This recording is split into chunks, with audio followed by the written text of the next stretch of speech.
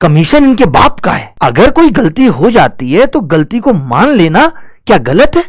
आप ये नहीं दिखाना है कि हम भी गलत हो सकते हैं, क्योंकि ये भगवान है। बच्चे जानना चाहते हैं कि एसएससी हियरिंग में क्या हुआ। मैं बताना चाहता हूं कि पीआईएल लगी हुई थी, पब्लिक इंटरेस्ट का मामला था, क्योंकि आप भी जानते हैं बहुत सारे बच्चों के अधिकारों का हनन हुआ था। वीडियो के नीचे एक ही कमेंट आ रहा है, जब से ये स्कैम वाली आवाज हमने उठाई है पिछले 1 महीने में, हर तरीके से हमने कोशिश की, ट्विटर आंदोलन किए, एसएससी को मेल कराए, और फाइनली फिर हमें जब लगा कि अब बात कहीं बनती हुई नहीं दिख रही, तो 24 तारीख को हमने हाई कोर्ट का रास्ता पकड़ा। लगातार बच्चे की कमेंट करके अब पूछते हैं कि सर क्या हुआ, क्योंकि उनको उम्मीद है मुझसे और आपका पूछना बनता भी है। तो इसी को देखते हुए मैं ये वीडियो बना रहा हूं, ताकि हम सुप्रीम कोर्ट नहीं गए, क्योंकि वहां पे अभी आपने बिहार वाले मामले में देखा होगा, ऐसा बोल दिया गया कि भाई आप कोर्ट की हायरार्की को बाईपास मत करो, पहले आप हाई कोर्ट जाओ। हाई कोर्ट में रिलीफ नहीं मिलता तो हम तो बैठे ही हैं।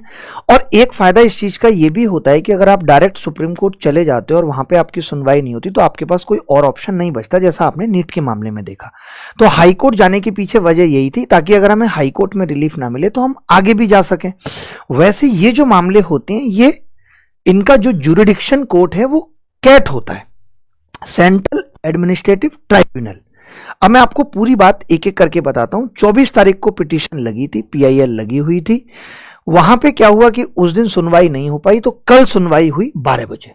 एसएससी की तरफ से भी 4-5 लोग आए, 4-5 लोगों ने जवाब दिया। मैं आपको एक एक बात बताता हूं। 12 बजे हियरिंग थी, आपने बहुत सारे लोगों ने देखा भी होगा, लाइव आप देख सकते थे। जो मैंने सुना वो मैं आपको बताता हूं। उन लोगों ने यह कहा कि 533 बच्चे हमने ऐसे आइडेंटिफाई किए हैं जो रिजल्ट में गलत तरीके से सेलेक्ट हो गए हैं, जो किसी भी पोस्ट के लिए एलिजिबल नहीं है, जो ओवरेज हो चुके हैं। अभी तक उन्होंने इतने बच्चे आइडेंटिफाई करे हैं। इससे यह साफ पता चलता है कि कमीशन अवेयर है और उसको यह मालूम है कि यह गलत हुआ है।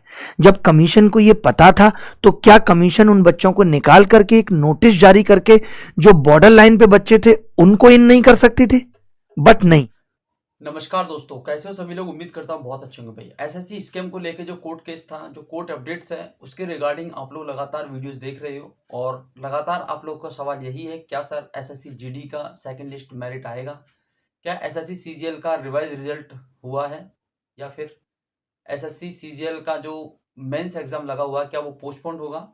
बहुत सारे सवाल आपके मन में बने हुए हैं। क्या जिन बच्चों के साथ में अन्याय हुआ है क्या उनको न्याय मिलेगा? तो भाई देखो, कोर्ट केस जो चल रहा है, कोर्ट केस के अंदर जो हियरिंग हुई है, उसमें अभिनय सर का इतना बड़ा योगदान है, बहुत ज्यादा। मैं कहता हूं कि सभी टीचर्स के अंदर अभिनय सर जो मैथ वाले सर हैं, उनका बहुत बड़ा योगदान है, जो कि मैंने यहाँ पे नाम मेंशन किया है।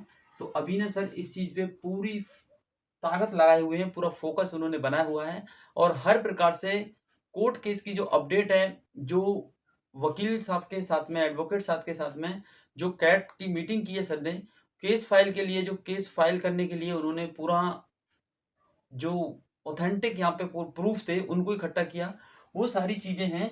तो देखो यहाँ पे जो अपडेट सर ने दिया है, कोर्ट केस का जो अपडेट है, वो सबसे बड़ा अपडेट तो यही है कि एसएससी के 5 लोग, यानी कि एसएससी स्टाफ सिलेक्शन कमीशन के 5 लोगों ने इस चीज को एक्सेप्ट किया है कि भाई 500 प्लस में जो कैंडिडेट थे जिनका रिजल्ट में गड़बड़ी देखा गया, उनको उन्होंने यहाँ पे पकड़ा है, उन्होंने उसको माना है। हियरिंग जो हुई है, उस हियरिंग में यही चीज निकल के आई है कि भाई जो गलतियां एसएससी से हुई हैं, जो स्टाफ से गलतियां हुई हैं, उस चीज को उन्होंने एक्सेप्ट किया है। तो ये बहुत बड़ी बात है अपने आप में, कि कुछ तो क्लू हाथ लग गए और कुछ तो चीजें एसएससी ने एक्सेप्ट की हैं। ठीक है, तो भाई केस फाइल हो चुकी है।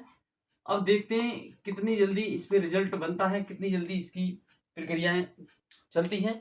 अब लगातार आप लोगों को यही चीजें देखने को मिलेंगी कि अब जिन बच्चों के साथ में अन्याय हुआ है उनको न्याय जरूर मिलेगा। अब देखना यह है, क्या एसएससी सीजीएल का एग्जाम पोस्टपोन होता है नहीं होता है, क्योंकि 18 जनवरी से एग्जाम लगा हुआ है एसएससी मेंस का, सीजीएल का। तो देखेंगे भाई, और सभी टीचर्स, दिल्ली के सभी टीचर्स, अलग अलग जगह के सभी टीचर्स साथ मिलके इस मुद्दे को आगे लेकर आए और इस मुद्दे को पूरी निचोड़ तरीके से सॉर्ट आउट करवाएं। ठीक है, चलिए, thank you, all the best, जय हिंद।